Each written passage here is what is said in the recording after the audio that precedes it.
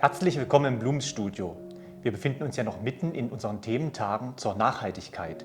Ja, und wir befinden uns jetzt hier gerade in unserer nachgestellten Trauerhalle oder Trauerbereich. Ja, das Trauerfloristik ist ein großes Thema, ja, besonders in der Sinne von Nachhaltigkeit. Denn ihr wisst ja, Friedhöfe und andere Örtlichkeiten, wo Menschen bestattet werden, ist das Thema Nachhaltigkeit relativ wichtig. Ja, das stimmt genau. Also es ist schon seit Jahren ja so, dass man besonders auf die Verrottbarkeit von Produkten, die man zum Friedhof bringt, achtet. Und es ist gut, dass man da schon unterwegs ist. Und wir möchten euch jetzt mit unserer Präsentation noch mal so einige Produkte vorstellen, auch Gestaltungsideen zeigen und euch auch sensibilisieren für dieses doch schwierige Thema, wie man es auch präsentieren kann. Also wir haben es hier aufgebaut im Blumenstudio und wir glauben, dass man das in den Blumengeschäften und Friedhofsgärtnereien vielleicht vergleichbar machen kann, um dieses Thema auch wirklich den Menschen zu zeigen, aber auch zu zeigen, was man mit Nachhaltigkeit machen kann. Ja, und ich denke mal, wir fangen direkt mit der Urne an, die man hier schon so sieht. Und ich rücke mal hier rüber. Ja, das ist so ein richtiger Klassiker.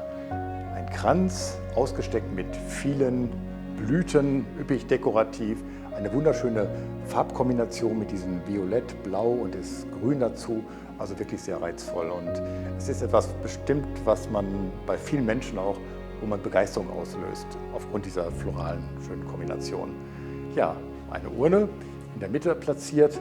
Und das Besondere ist, dass hier diese Steckunterlage drunter ist. Ihr kennt das ja auch, es gibt ja diese Violettkränze. Und das ist der Steckschaum, der schon in der Nachhaltigkeit mit 20% nachwachsenden Rohstoffen hergestellt wurde. Ist auch ein Produkt, was so, ich weiß nicht genau, aber schon so im Jahr, glaube ich, auf dem Markt ist, aber sich schon mal genau in die richtige Richtung bewegt.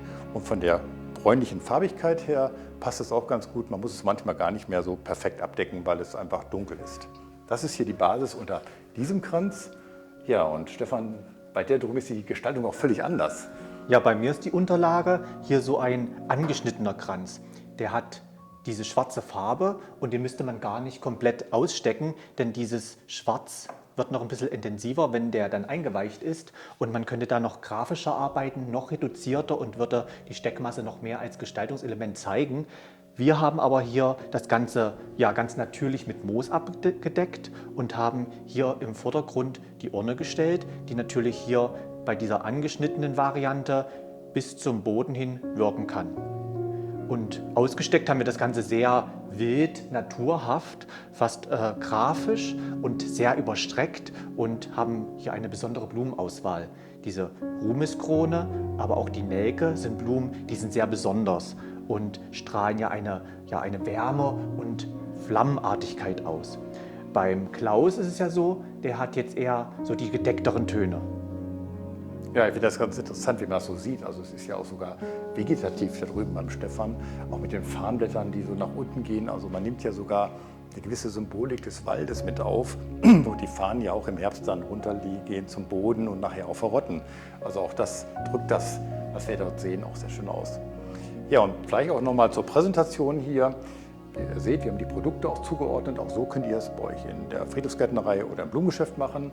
Und ich finde es auch sehr schön, was wir hier an Urnen haben. Das sind wunderschöne Holzurnen. Und wir arbeiten dort auch mit örtlichen Bestattern zusammen hier bei uns in Minden und dürfen uns solche Sachen ausleihen.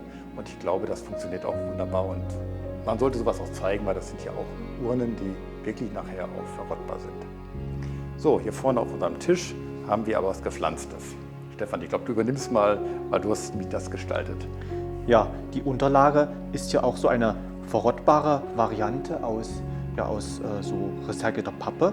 Und hier haben wir den Vorteil, das Ganze ist schon durch diesen dunklen Farbton schon ästhetisch. Und da müssen wir auch gar nichts mehr großartig abdecken, denn es nimmt sich schön von der Farbigkeit her zurück und können hier schön, frühlingshaft haben wir das jetzt gestaltet. Ja, man kann es aber anders gestalten und haben hier den puren Frühling, das Entspringende gewählt. Der Kranz an sich hat ja schon die Symbolik der Unendlichkeit, der Unsterblichkeit, der Wiedergeburt. Aber hier haben wir das Ganze noch mehr herausgekitzelt im Sinne von Frühblühern, Knospen und Zwiebeln, die wir hier verarbeitet haben, und Moos, und das Ganze ganz waldhaft und sehr natürlich. Ja, wichtig ist auch, dass man immer so Lücken, also Freiräume dazwischen hat. Man sieht, man gruppiert hier so die große blaue Gruppe der Hyazinthen und hier wächst zum Beispiel so eine Mühlenbeckia und das ist dort etwas freier. Also man hat eine richtige landschaftliche Gestaltung, die man ja genau entdecken kann und sich auch eine Weile auffällt. Ja, und das Schöne ist, dass diese Unterlagen mittlerweile auch in Schwarz sind. Also ich finde das total klasse. Ja, es gibt viele Innovationen und hier vorne steht eine Neuheit, die heißt TerraBrick. Ja, das Besondere ist, dass dieses neue Produkt komplett aus biologisch abbaubaren Produkten hergestellt wurde. Ich kann das mal so zeigen, man kann das so rausnehmen. Auch das Bindemittel ist ja letztendlich voll ökologisch und alles kann wirklich komplett auch verrotten am Ende. Ja, wie geht man damit um? Ja, man weicht es ein in Wasser. Ich mache es meistens mit so ein bisschen warmem Wasser. Ich finde, es geht immer ein bisschen besser und schneller, sagen wir mal, aber es nimmt wirklich gut das Wasser auf. Und dann kann man, hier ist es schon nass, jetzt kann man das einmal ausstecken, schon so wie es ist, vielleicht für ein kleines Gesteck. Aber man kann es auch natürlich für größere Arrangements nehmen. Da es das aber bis jetzt nur in diesem Format gibt, muss man es dann miteinander verbinden, vielleicht mit Tonkinstäben oder so weiter. Aber man kann das, wie gesagt, auch so verarbeiten oder auch hier drin.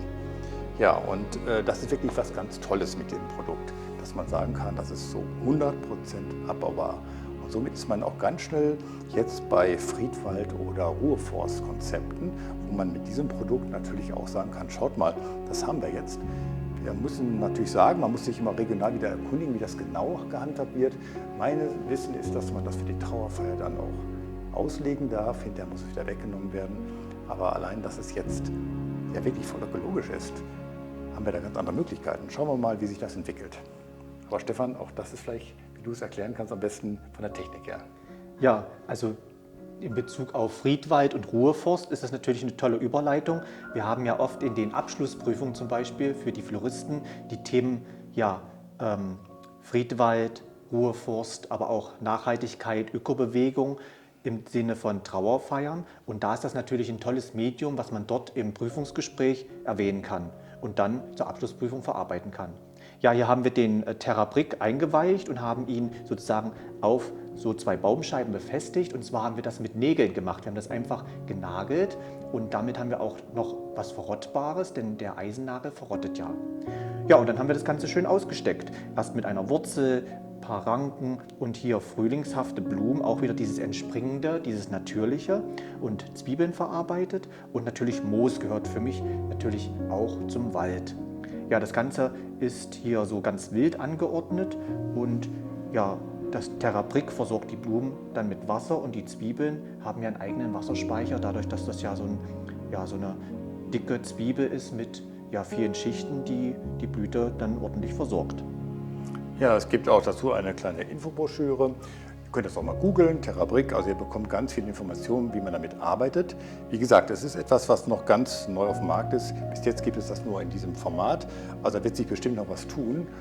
Aber man sollte es wirklich mal ausprobieren. Es steckt sich etwas anders als der Schaum, deswegen, das ist ja kein Schaum, aber ich denke, es geht wirklich gut. Und bei weicheren Stielen muss man vielleicht mit so einem kleinen Tonkinstab etwas vorbohren, aber alle anderen Sachen, so ich sag mal so die Klassiker Gerberer Nelken, das funktioniert alles wunderbar.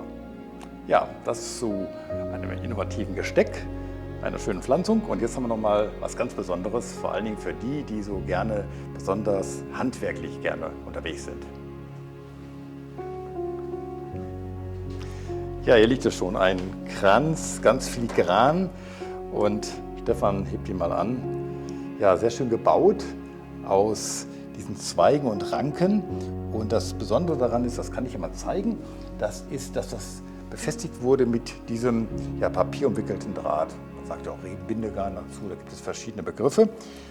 Viele kleine Fixpunkte, Flachstange dazu, schön ordentlich abschneiden und dann baut sich diese Kranzstruktur auf. Es gibt aber auch noch andere Drähte, ich habe das einfach nur mal dazugelegt. Das ist hier dieser Sisal umwickelte Draht, der etwas dicker ist, also auch der ist ganz schön. Aber dieser Kranz ist natürlich mit dem hier ganz ideal gemacht. Ja, und Stefan, du hattest so wunderschön ja diese Color so reingebaut. Vielleicht beschreibst du das kurz. Ja, ihr fragt euch bestimmt, wie die Wasserversorgung funktioniert hier bei den Color. Und zwar haben wir die Color gewachst. Wir haben das Ende in gewärmtes Wachs getaucht und damit verschließt sich sozusagen die Schnittstelle und es kann kein Wasser mehr austreten und damit halten die Color wirklich ganz lange. Die Eukalyptusblätter, die haben wir so verarbeitet, also wirklich auch mit dem Draht nur auch noch festgewickelt und die können dann ganz beruhigt eintrocknen, aber die halten natürlich auch so eine ganze Weile. Ja, im Sinne des Ganzen ist das halt so eine schöne, transparente und aufgelockerte Gestaltung und das wirkt, denke ich, für sich. Ja, das ist so, sagen wir mal, das handwerkliche Highlight zum Schluss bei unserem kleinen Exkurs durch unseren Traueraufbau hier im Blumenstudio. Ja, die Inspiration ist, dass ihr es vielleicht vergleichbar machen könnt, auch so etwas mal zeigt, wo das floristische Wissen mit neuen Produkten, mit vor allen Dingen nachhaltigen Produkten hingeht und vor allen Dingen auch mit den Kreationen, mit der tollen Blumenverarbeitung und tollem Handwerk. Also einfach zeigen, dann weiß auch der Kunde, was er von uns bekommen kann. Ja, uns hat es sehr viel Spaß gemacht, das alles zu machen mit dem Team hier. Und ja, damit wünschen wir euch jetzt auch viel Erfolg. Lasst euch auch anstecken von diesem großen Thema Nachhaltigkeit. Und ja, es ist eine Riesenchance. Empfindet es nicht als Last, sich damit zu beschäftigen, denn ihr bekommt ganz neue Möglichkeiten. Vor allen Dingen die Verkaufsgespräche können ein ganz anderes Thema noch dazu bekommen. Also wir empfinden, dass es wirklich was Wertvolles ist, was wir in unseren Berufsstand hineinholen sollten. Ja, und Blumenpflanzen und all das, was wir in unseren Geschäften haben, ist auch schon mal von vornherein mit einem positiven Naturerlebnis belegt. Ja, damit haben wir, glaube ich, ein gutes Rüstzeug und ja, damit wünschen wir euch jetzt auch einen guten Umgang und vor allen Dingen bleibt kreativ. Ja, bye bye und wir haben es wirklich sehr gerne gemacht. Bye bye.